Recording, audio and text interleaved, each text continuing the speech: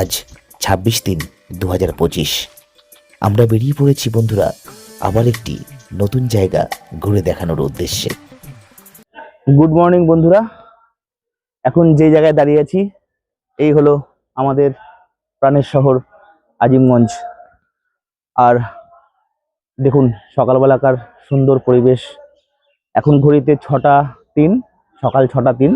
দেখুন আমাদের আজিমগঞ্জে এখনো কুয়াশাচ্ছন্ন হয়ে রয়েছে। আজকে আমরা যাচ্ছি এক ঐতিহাসিক স্থানে, সেটি হলো মালদা, গৌড় মালদাতে। আমি রয়েছি, আমার সঙ্গে রয়েছে আমাদের দাদা অরূপদা। আমাদের ট্রেনটি রয়েছে আজিমগঞ্জ থেকে 6টা বেজে 44 মিনিটে। জানি না কখন ঢুকবে, হয়তো 2-4 মিনিট ডিলে হতে পারে। তো ভিডিওর সঙ্গে থাকুন। এই কুয়াশাচ্ছন্ন সকালে স্টেশনে দাঁড়িয়ে রয়েছি, ট্রেনের জন্য ওয়েট করছি, আর সঙ্গে গরম গরম লেবু চা। এবং ট্রেনটা শুনছি প্রায় 15 থেকে 20 মিনিট ডিলে। কি করা যাবে? আজ 26শে মার্চ, কিন্তু আজকের এই সকালটা দেখে মনে হচ্ছে এটি কোনো ডিসেম্বর বা জানুয়ারির কোনো সকাল। আমাদের আজিমগঞ্জ থেকে মালদা 129 কিলোমিটার। ভাড়া লাগলো আজিমগঞ্জ থেকে মালদা পর্যন্ত এক্সপ্রেস ট্রেনে 60 টাকা। তো আমরা ট্রেনের জন্য অপেক্ষা করছি। ট্রেনটি আমাদের 2 নম্বরে দেওয়ার কথা, দেখা যাক কত নম্বরে দেয়। তো বন্ধুরা, ঘড়িতে 6টা 58, আমাদের ট্রেনের খবর হয়ে গেছে। এটি হলো আজিমগঞ্জ জংশনের 2 নম্বর প্ল্যাটফর্ম। আমাদের 2 নম্বর প্ল্যাটফর্মে ট্রেনটি দেওয়া হচ্ছে। আমরা ট্রেনে চড়ে বসলাম বন্ধুরা। দুগ্গা দুগ্গা বলে আমাদের ট্রেন রওনা দিল আজ আমাদের গন্তব্যের উদ্দেশ্যে। সকালবেলায় প্রচণ্ড কুয়াশা থাকলেও বেলা বাড়ার সাথে সাথে এখন আকাশে ঝলমলে রোদ। এইভাবেই বিভিন্ন স্টেশন পেরিয়ে আমরা এসে পৌঁছালাম ফারাক্কা বাঁধে, মানে ফারাক্কা ব্রিজ। ফারাক্কা বাঁধ গঙ্গা নদীর উপর অবস্থিত একটি বাঁধ। পশ্চিমবঙ্গ রাজ্যের মালদহ ও মুর্শিদাবাদ জেলায় এই বাঁধটি অবস্থিত।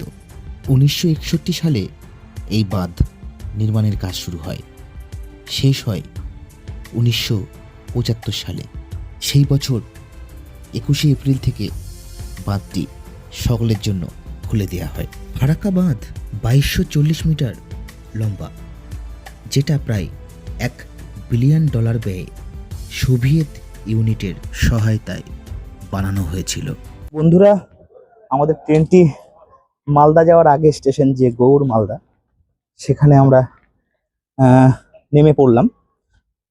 অ্যাকচুয়ালি প্রতিদিন এখানে থামে না, তো আমাদের মালদা পৌঁছে আবার বাসে করে গৌড় আসতে হতো। তো যাই হোক, আমাদের ট্রেনটি এখানে দাঁড়িয়ে গেছে।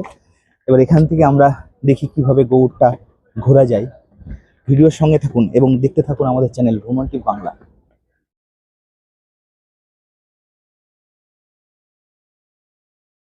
এখান থেকে পাশে রয়েছে রোড, তো বাই রোড আমরা গৌড়টা ঘুরবো। দেখি স্টেশন থেকে বেরিয়ে এখান থেকে টোটো পাই বা অটো পাই, যাতে করেই পাই আমরা তাতে করেই বেরিয়ে পড়বো। চলুন, স্টেশনের বাইরে যাচ্ছি, দেখা যাক এখান থেকে টোটো বা অটো কি পাওয়া যায়। আমি মালদা স্টেশনে নেমেছি, বাট গৌড়ে কোনোদিন নামিনি। দেখা যাক এখান থেকে ব্যবস্থাপনা কেমন, টোটো বা অটো কি পাওয়া যায়, কত করে নেওয়া যায়। তার আগে খুব খিদে পেয়েছে। এখন টিফিন করবো, টিফিন করে আমরা বেরিয়ে পড়বো। আজকের ওয়েদারটা খুব সুন্দর। যখন বাড়ি থেকে বেরোই তখন কুয়াশাচ্ছন্ন আকাশ, তার মধ্যে হালকা রোদ উঠেছিল। ট্রেনের পরে যখন আসছিলাম হালকা রোদ ছিল। এখন এই গৌড় মালদা পৌঁছে দেখছি একটু মেঘলা মেঘলা আকাশ। জানি না আজকে দিনটা কেমন যাবে, তবে চেষ্টা করবো ভালোই হবে আজকে। আশেপাশের দোকান পাশার তেমন নেই গৌড় মালদা স্টেশনের বাইরে। তো আমি আর অরূপদা ডিসাইড করলাম এখানে মশলা মুড়ি মাখাচ্ছে, চায়ের স্টল আর কি। তো আপাতত এই মশলা মুড়ি আর চা খেয়ে আমাদের যাত্রা শুরু করবো আমরা। এই হলো মশলা মুড়ি, লঙ্কা পড়েছে। এই চায়ের স্টল, এখানে চা আমরা বলেছি, ভালো না? তো এই হলো মশলা মুড়ি, ঘুগনি দিয়ে মাখিয়ে দিয়েছে, বেশ ঝাল ঝাল, ভালোই লাগে। মুড়ি খাওয়া হয়ে গেল, মুড়ি পরে এই রচা লেবু দিয়ে বেশ ভালো লাগছে খেতে। যে চাটা বানিয়ে দিল এই হলো সেই দাদা।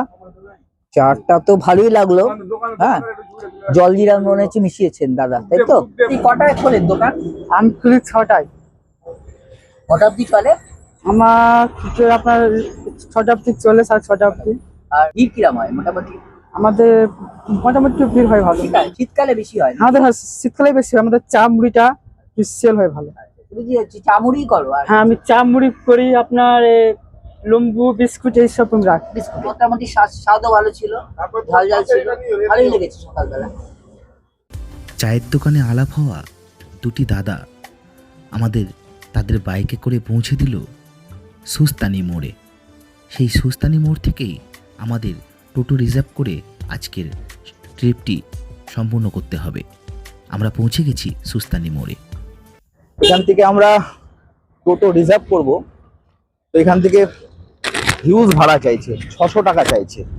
তো দেখা যাক কত টাকা নেয়।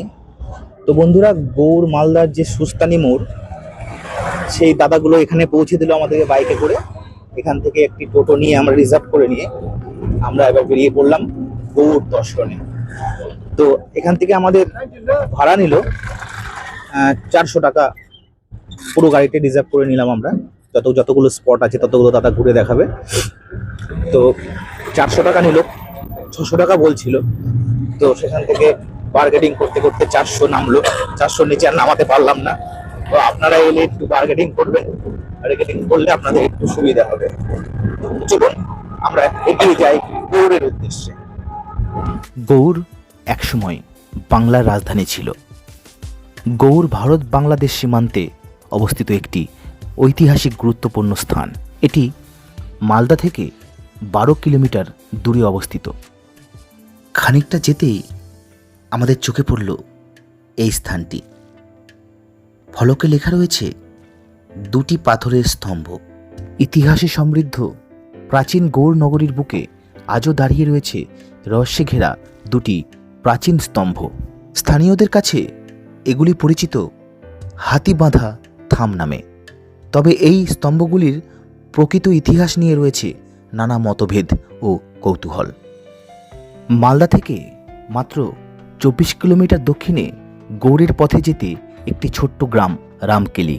এই হল রামকেলি গ্রামে প্রবেশের মূল ফাটক। বৈষ্ণবদের গুপ্ত বৃন্দাবন হিসাবে পরিচিত এই রামকেলি মন্দিরে স্বয়ং চৈতন্যদেব এসেছিলেন এবং তার পদযুগলের চিহ্ন এখনও এখানকার একটি মন্দিরে রাখা আছে। রামকেলিতে রূপসাগর, শ্যামকুণ্ড, রাধাকুণ্ড, ললিতাকুণ্ড, বিশোধাকুণ্ড, সুরভিকুণ্ড, রঞ্জকুণ্ড ও ইন্দুলেখা কুণ্ড, এই 8টি কুণ্ড দ্বারা সেই পদচিহ্ন পরিবেষ্টিত আছে। তো বন্ধুরা, এবারে আমরা এলাম রামকেলি ধামে। এখানে রয়েছে শ্রী চৈতন্য মহাপ্রভুর বৈঠকখানা। চলুন ভেতরে যাওয়া যাক। এখানে প্রতি বছর জ্যৈষ্ঠ সংক্রান্তির দিন থেকে শুরু হয় বিরাট রামকেলি মেলা। পশ্চিমবঙ্গের বিভিন্ন জেলা এমনকি বাংলাদেশ থেকেও ভক্ত দর্শনার্থীদের ভিড় জমে এই মেলায়। সারাদিন ধরে চলে কীর্তন। গ্রামবাসীদের মনোরঞ্জনের জন্য যাত্রাপালার আসর বসে এই সময়। তো বন্ধুরা, দাঁড়িয়ে আছে এই মুহূর্তে শ্রী চৈতন্য মহাপ্রভু স্মৃতি বিজড়িত রামকেলি ধামে। এই হলো সেই রামকেলি ধামের মূল মন্দির। চলুন ভেতরে যাওয়া যাক। আমরা ভেতরে প্রবেশ করে মন ভরে প্রভুর দর্শন করলাম। জয় নিতাই, হরে কৃষ্ণ। ধর্মীয় তাৎপর্যের দিক দিয়ে মালদায় দেখার সেরা জায়গা হিসাবে এই রামকেলি গ্রাম যথেষ্ট গুরুত্বপূর্ণ একটি স্থান। আমরা মন ভরে দর্শন করলাম রামকেলি ধাম। দর্শনের পরে আমরা এগিয়ে চললাম আবার আমাদের সেই টোটোর দিকে।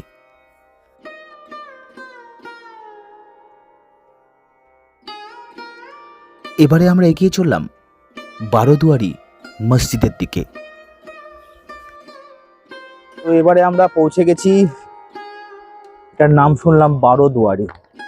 যাই ভিতরে বোর্ডটি দেখে বুঝতে পারবো রামকেলি গ্রাম থেকে মাত্র 500 মিটার দূরে গৌড়ে অবস্থিত বারোদুয়ারি বা বড় সোনা মসজিদ। এই বিশালাকার প্রাচীন মসজিদটি গৌড়ের বৃহত্তম স্মৃতিস্তম্ভ। ইট এবং পাথরের তৈরি বিশাল আয়তকার কাঠামোযুক্ত বৃহত্তম স্মৃতিসৌধের নামের অর্থ দ্বাদশ দরজা হলেও এখানে আসলে 11টি দরজা রয়েছে।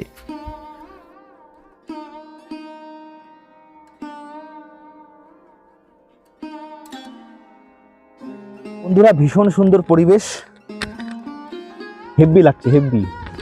আমাদের চলতি বাংলায় বলতে গেলে হেব্বি লাগছে। দেখুন কি সুন্দর পরিবেশ, দেখুন। আলাউদ্দিন হোসেন শাহের শাসনামলে এই মসজিদটির নির্মাণ কার্য শুরু হয়েছিল। সেই নির্মাণ কার্য 1526 সালে তার পুত্র নাসিরউদ্দিন নুসরাত শাহ সম্পূর্ণ করেন। আমার এই নিয়ে দ্বিতীয়বার হলো। আমার তো আগে ভালো লেগেছে বলেই তাকে বললাম চলুন একবার ঘুরে আসি, আবার ইচ্ছে হচ্ছে আসতে, সেই জন্যই চলে এলাম। এই এই জায়গাটা তো এই জায়গাটা ভালো লেগেছেই। অনেকটা আদিনা মসজিদ টাইপেরই আমার কিছুটা যেন লাগে। আদিনা মসজিদ যদিও অনেকটা জায়গা জুড়ে করা, এই পার্ট পার্ট যে ব্যাপারগুলো, স্তম্ভটা, হ্যাঁ, বিশেষ করে গম্বুজগুলো। বারোদুয়ারি মসজিদে লক্ষ্য করা যায় ইন্দো আরবি স্থাপত্য শৈলীর ছোঁয়া। পাথরের উপর খোদাই করা ভাস্কর্য এখানকার প্রধান আকর্ষণ।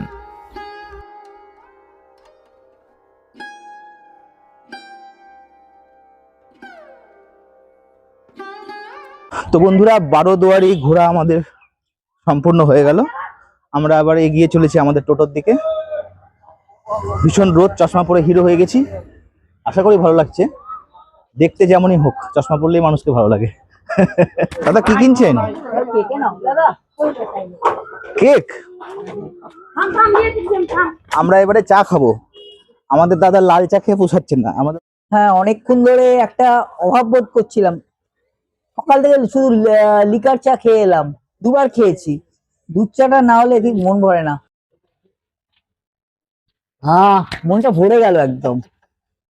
আমাদের অরূপদার দুধ চা ছাড়া কাজ হয় না। অরূপদা খুব মিল্ক ভালোবাসে, আবার সেই মিল্ক। দুধের ভক্ত আছে। আবার আমাদের টোটোতে চড়ে বসলাম। এবার এগিয়ে চলেছি সামনে, আরো কিছু দেখার আছে, চলুন। এবারে আমরা এলাম দাখিল দরওয়াজা দেখতে।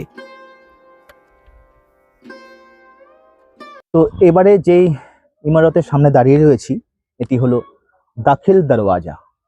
চলুন ভিতরে যাওয়া যাক। দাখিল দরওয়াজা হল মালদার গৌড় শহরে অবস্থিত একটি মূল্যবান ঐতিহাসিক স্থাপত্য। 1425 খ্রিস্টাব্দে দাখিল দরওয়াজা নির্মাণ করা হয়েছিল। এত ভালো লাগছে যে বাংলায় একটা কথা আছে না, ভাষায় প্রকাশ করা যায় না, ঠিক তেমনটাই। এত ভালো লাগছে। আমাদের বাড়ির মানে মুর্শিদাবাদ, পাশেই মালদা। তো এতদিন হয়ে গেল কিন্তু কোনোদিন এই মালদায় আসা হয়ে ওঠেনি। তো আজকে যাই হোক অরূপদার সুবাদে চলে এসেছি, ভীষণই ভালো লাগছে। দেখুন, সেই সময় গৌড় দুর্গের প্রধান প্রবেশদ্বার হিসাবে ব্যবহৃত হতো এই দাখিল দরওয়াজাটি। অতিথি আপ্যায়ন বা কোনো শুভ কাজ উদযাপনের জন্য আগে এখান থেকে কামান নিক্ষেপ করা হতো। তাই এই গেটটি সালামি দরওয়াজা নামেও পরিচিতি লাভ করে। তো বন্ধুরা কোথায় উঠেছি দেখুন, কোথায় উঠেছি, হাঁপিয়ে গেছি। ওই ওই নিচ থেকে উঠে প্রায় এইটা সমানই। প্রায় এই বিল্ডিং এর সমানই, বিল্ডিং বলছি, এটি হলো দাখিল দরওয়াজা। সে আমাদের মুর্শিদাবাদের অনেকটা কাটরা মসজিদ টাইপের। তো অনেক মিল পাচ্ছি মুর্শিদাবাদের সঙ্গে, আমি যেহেতু মুর্শিদাবাদের ছেলে। তো এই ছাদের বরাবর, একদম ছাদের বরাবর এই যে মাটি পাহাড়ের সমান, নিচ থেকে উঠে আসলাম, অনেকটাই হাঁপিয়ে গেছি একদম। দেখুন ওই যে দূর থেকে দেখা যাচ্ছে, ওই আমাদের এই যে টোটোটা দেখা যাচ্ছে হালকা করে, জানি না ক্যামেরা কতটা আসছে। ওই যে ওটা আমাদের টোটো। এই সামনে দিয়ে এন্ট্রেন্স দিয়ে ঢুকে আমরা এটা দিয়ে এসে এই এই দেখুন সামনে ভিউ, সামনে একটি জলাশয়, ঝিল, সামনে থেকে রোদটা পড়ছে, জানি না কতটা ভালো আসছে। টয়লেট আছে, আর অরূপদা বলছে টয়লেট আছে। চলুন আরো কিছু স্পট ঘুরতে হবে, সারাদিনের ব্যাপার আছে।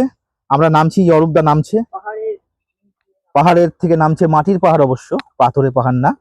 দেখেন অরূপদা আস্তে আস্তে। যাই হোক, মালদায় এসে পাহাড়ের অনুভূতি নিচ্ছি আমরা।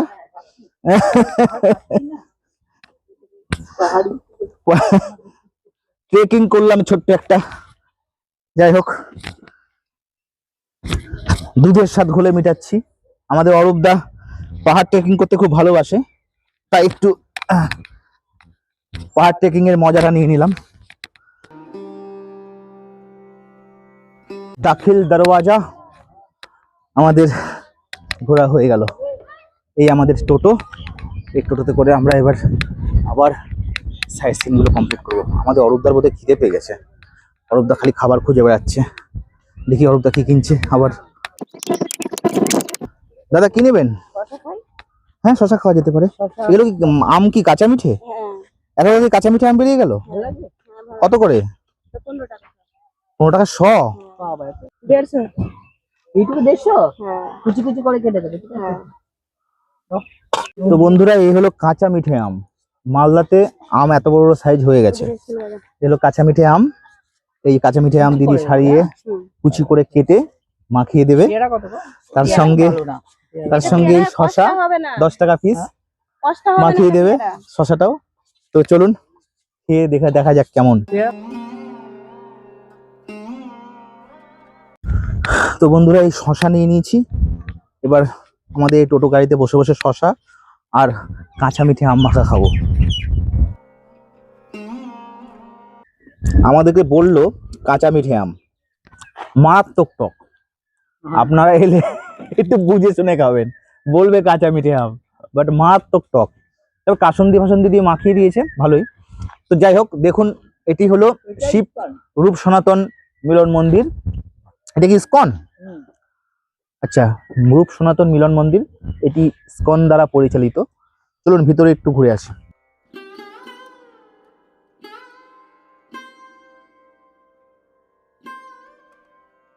এটি হলো রূপ সনাতন মিলন মন্দির, এটি হলো রামকেলি ধামের মন্দির। এই শ্রী চৈতন্য মহাপ্রভু। চৈতন্যদেব নবদ্বীপ থেকে বৃন্দাবন যাওয়ার পথে 1514 সালের জ্যৈষ্ঠ সংক্রান্তির আগের দিন তিনি পৌঁছন গৌড়ভূমে। গৌড়ের রামকেলি গ্রামে 3 দিন অবস্থান করেন। সেই সময় গৌড়ের শাসক ছিলেন হুসেন শাহ। তারই মন্ত্রী পরিষদের 2 সদস্য শাকর মল্লিক ও দাবির খাস চৈতন্যের প্রেমের বাণীর জোয়ারে ভেসে যান। মহাপ্রভুর কাছে মুসলমান থেকে বৈষ্ণব ধর্মে দীক্ষিত হয়ে তারাও কৃষ্ণ প্রেমের বাণী প্রচার করতে শুরু করেন। এই দুজনেই বৈষ্ণব ধর্ম গ্রহণের পর রূপ ও সনাতন গোস্বামী নামে পরিচিত হন। রূপ সনাতন মন্দির দেখার পর আমরা পৌঁছলাম ফিরোজ মিনারে। ফিরোজ মিনার দাখিল দরওয়াজা থেকে মাত্র 1 কিলোমিটার দূরে। গৌড়ের অন্যতম প্রধান আকর্ষণ হল দিল্লির কুতুব মিনারের আদলে তৈরি ফিরোজ মিনার। সুলতান সৈফুদ্দিন ফিরোজ 1486 থেকে 1489 সালের মধ্যে এই ফিরোজ মিনার নির্মাণ করেছিলেন। 5 তল বিশিষ্ট এই মিনারটির উচ্চতা প্রায় 25.60 মিটার এবং মোট 73টি ধাপ বিশিষ্ট সরপিল সিঁড়ি পেরিয়ে ইহার শীর্ষে পৌঁছানো যায়। তো বন্ধুরা, এই মুহূর্তে দাঁড়িয়ে আছি ফিরোজ মিনারে। হ্যাঁ, আপনাদের একটা তথ্য দিই, সেটি হলো আমাদের অরূপদা ড্রেস চেঞ্জ, টোটোতে বসে বসে দাদা ড্রেস চেঞ্জ করে ফেলেছে। পাঞ্জাবি ছেড়ে জামা পরে নিয়েছে, শার্ট পরে নিয়েছে হোয়াইট কালার, কমফোর্টেবল। তো যাই হোক, এটিও একটা ঐতিহাসিক জিনিস যে অরূপদা গাড়িতে বসে বসেই ড্রেস চেঞ্জ করে নিয়েছে। তো যাই হোক, মেন কথায় আসি। এটি হলো ফিরোজ মিনার। এটি অনেকটা অনেকটা সেই দিল্লির কুতুব মিনার টাইপের। কুতুব মিনার বেশ কয়েক বছর আগে গিয়েছিলাম, সেই ফিলটা আজ আবার আসছে মনে হচ্ছে। দেখুন ফিরোজ মিনার।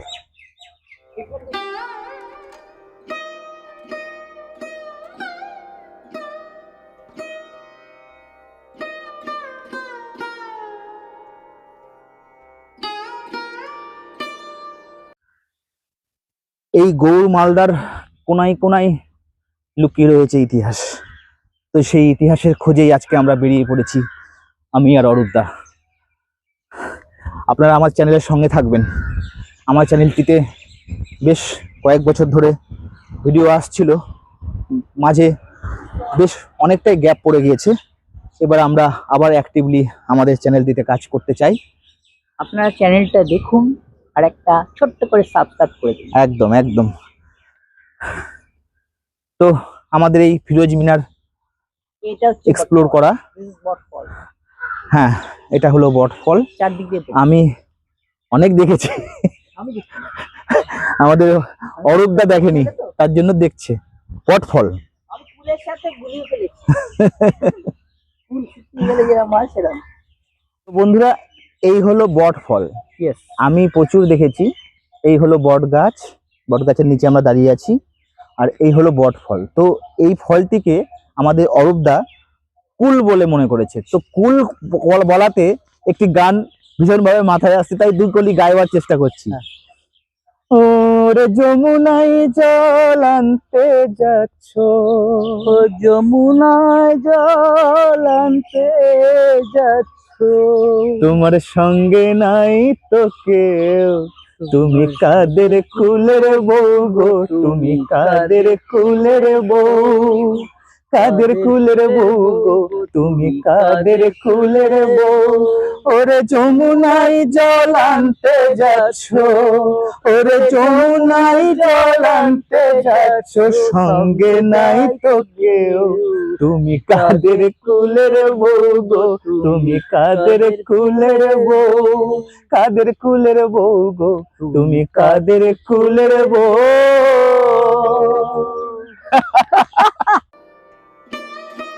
তারপরে আমরা এলাম কদম রসুল মসজিদে। কদম রসুল মসজিদ ভারতবর্ষের মালদা জেলাতে গৌড়ে অবস্থিত একটি মসজিদ। তো বন্ধুরা, এবারে আমরা চলে এসেছি কুদম রসুল মসজিদ। চলুন ভিতরে যাওয়া যাক।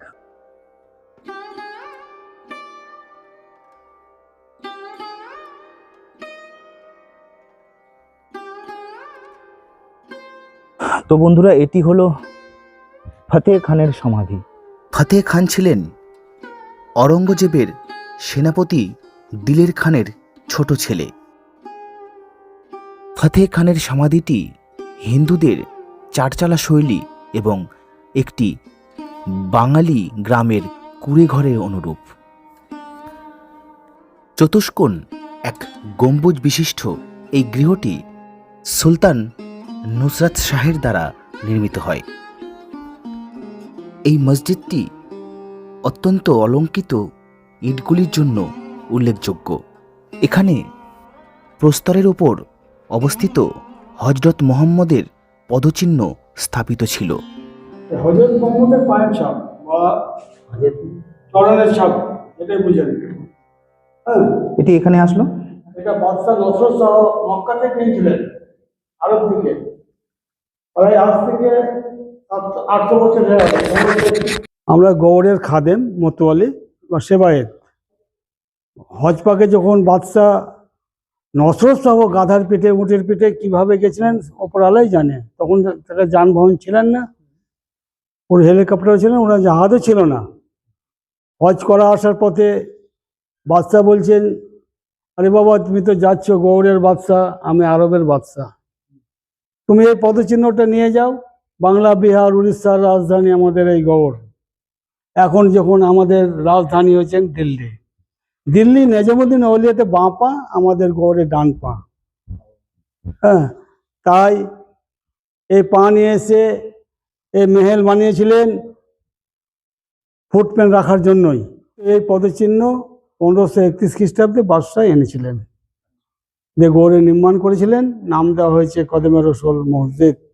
এই মসজিদটা হচ্ছে এই পদচিহ্ন রাখার জন্যই। বিভিন্ন তথ্য অনুযায়ী সেই হজরত মোহাম্মদের পদচিহ্নটি এখন মহদীপুরে খাদেমের নিকট রক্ষিত আছে। তো বন্ধুরা, এবারে আমরা যাচ্ছি, এই আমবাগানের মধ্যে রয়েছে চিকা মসজিদ। এই চিকা মসজিদের প্রচুর ইতিহাস রয়েছে, চলুন আপনাদের শোনাই। গৌড়ের আরেকটি দর্শনীয় নিদর্শন হলো চিকা মসজিদ। জেনে নেওয়া যাক আরও একটি মালদা জেলার দর্শনীয় স্থান সম্বন্ধে। তো বন্ধুরা, এই হলো চিকা মসজিদ। ভীষণ সুন্দর আমবাগানের মধ্যে এই মসজিদটি। চলুন আমরা ভিতরে যাই। 1475 খ্রিস্টাব্দে এই মসজিদটি সুলতান ইউসুফ শাহ গৌড়ে নির্মাণ করেছিলেন। তবে এই স্থাপত্যটি আদতে মসজিদ না সমাধিস্থল তা নিয়ে অনেক দ্বন্দ্ব আছে। জনশ্রুতি রয়েছে সুলতান হুসেন শাহের আমলে ইহা কারাগার রূপে ব্যবহৃত হতো। একদা এই মসজিদ হয়ে উঠেছিল চামচিকাদের আশ্রয়স্থল, তাই এই মসজিদের নামকরণ হয়েছে চিকা বা চামকান মসজিদ নামে। বহু কারুকার্য করা পাথর ও মিনা করা ইট হিন্দু মন্দির থেকে নিয়ে এসে এই মসজিদটি নির্মাণ করা হয়েছিল বলে শোনা যায়। অরূপদা এই ফুলটি কুড়িয়ে নিয়ে এসেছে। এই ফুলটি আপনারা চেনেন? কি কি ফুল? অরূপদা চেনে না, আমি চিনি। আপনারা কমেন্ট করে জানাবেন এই ফুলটি কি ফুল, যারা চিনতে পেরেছেন। দেওয়ালগুলিতে অপূর্ব শৈলীতে খোদাই করা নকশা, দরজা এবং লিলটনের পাথরের উপর হিন্দু মূর্তির চিত্রগুলি এখনও আংশিকভাবে দৃশ্যমান।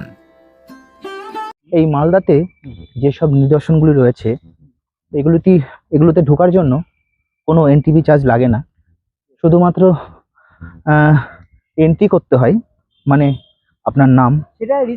সেটা রিসেন্টলি হয়েছে, যেহেতু এইগুলি সবই আর্কিওলজিক্যাল সার্ভে অফ ইন্ডিয়ার তত্ত্বাবধানে রয়েছে। অরূপদা ফুচকা খাওয়ার খুবই ইচ্ছে হচ্ছে। এই ফুচকা হচ্ছে রেডিমেড ফুচকা। অরূপদার ভীষণ ফুচকা খাওয়ার ইচ্ছে হচ্ছে, বাট এখন সকালে ফুচকাটা খাওয়া যাবে না, এটি বিকেলে হলে হয়ে যেত, তাই তো? এটা কি বলতে চাইছি, এটা হচ্ছে বিক্রি হয় না প্যাকেট করে, সেই ধরনের ওই গোল গোল দেখো জিনিসটা। তো যেটা বলছিলাম, এই মালদাতে এই নিদর্শনগুলি দেখার জন্য কোনো এন্ট্রি চার্জ লাগে না, মানে টাকা পয়সার কোনো টিকিটের ব্যাপার নেই, শুধুমাত্র ঢোকার সময় নাম এন্ট্রি করতে হচ্ছে, ব্যাস, তাহলেই হয়ে গেল। কিন্তু আমাদের মুর্শিদাবাদে বা অন্যান্য অনেক জায়গাতে গেছি, সেখানে ন্যূনতম একটা চার্জেস লাগছে এখন, কিন্তু এই মালদাতে এসে এখন পর্যন্ত কোনো এন্ট্রি ফি দিইনি। এটি হলো গুমঠি দরওয়াজা। এটা দিয়ে আমরা যাবো, তো এটা দিয়ে আমরা সামনের দিকে এগিয়ে যাব, চলুন। আমরা এবারে চলে এলাম চামকাটি মসজিদে।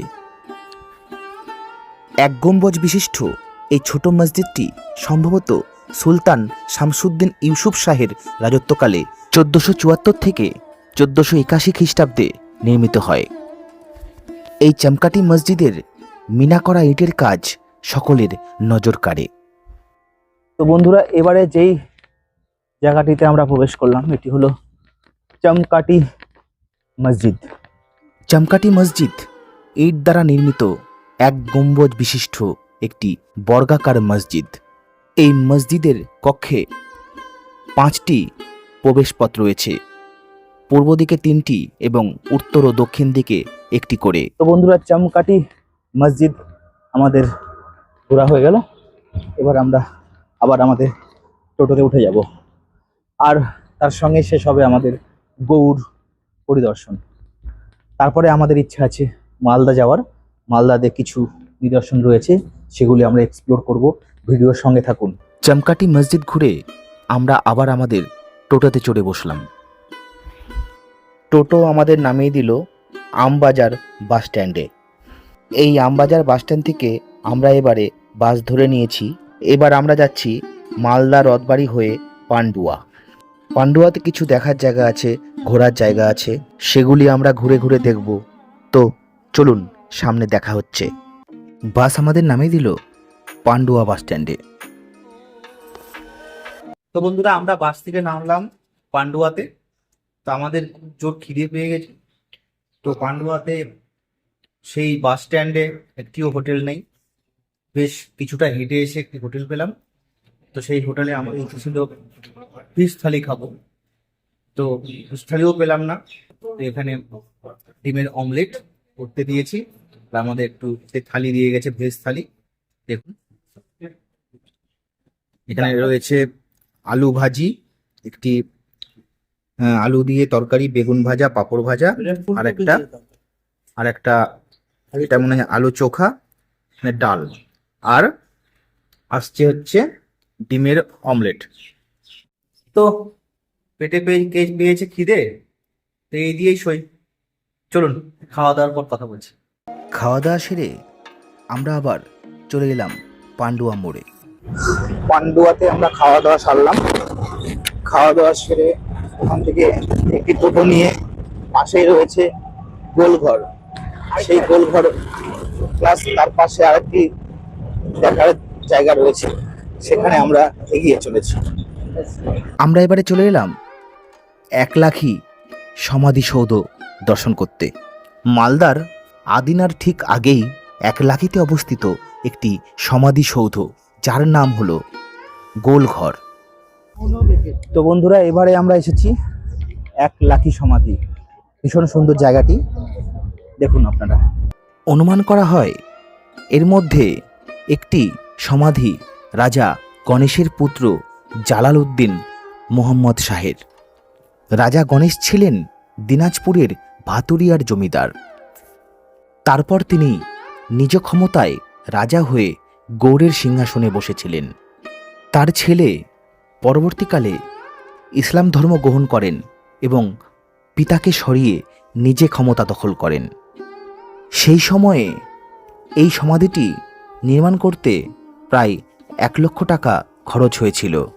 তাই এটির নামকরণ করা হয়েছিল একলাখী সমাধি। এই সুপ্রাচীন ঐতিহাসিক স্থাপত্যটি পাক ইসলামী বাংলা ইটের তৈরি মন্দিরের অনুকরণে তৈরি করা হয়েছিল।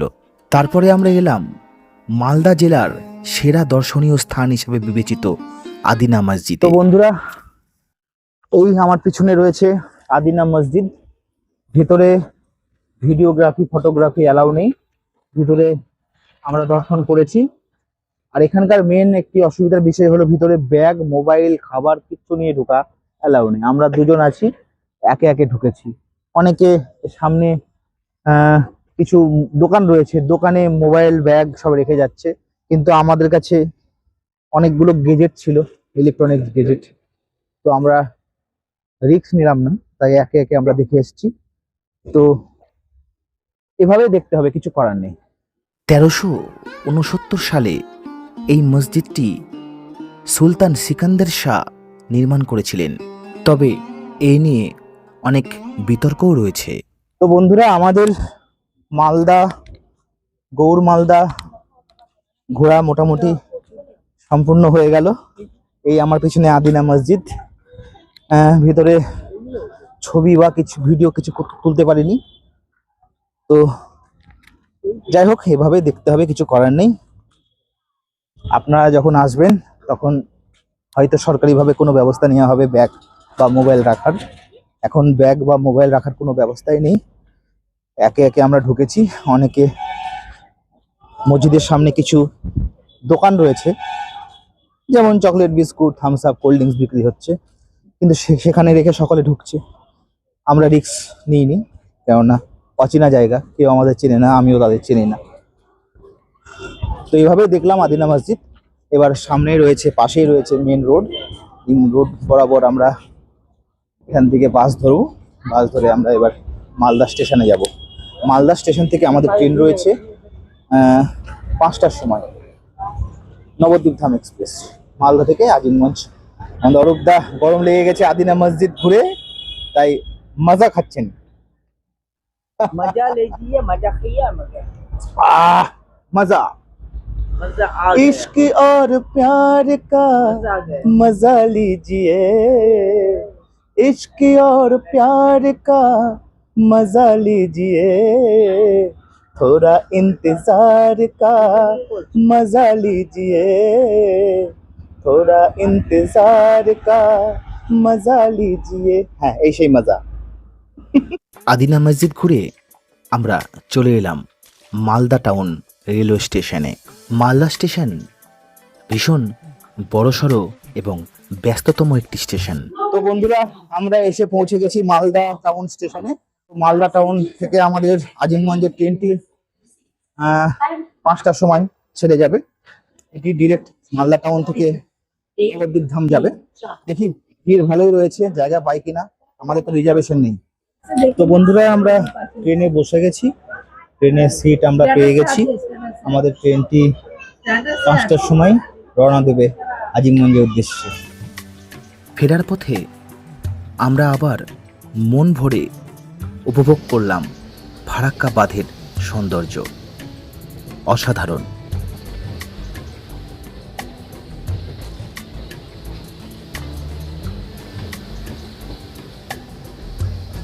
তো বন্ধুরা, কেমন লাগলো আজকের আমাদের এই একদিনে মালদা ভ্রমণের ভিডিওটি?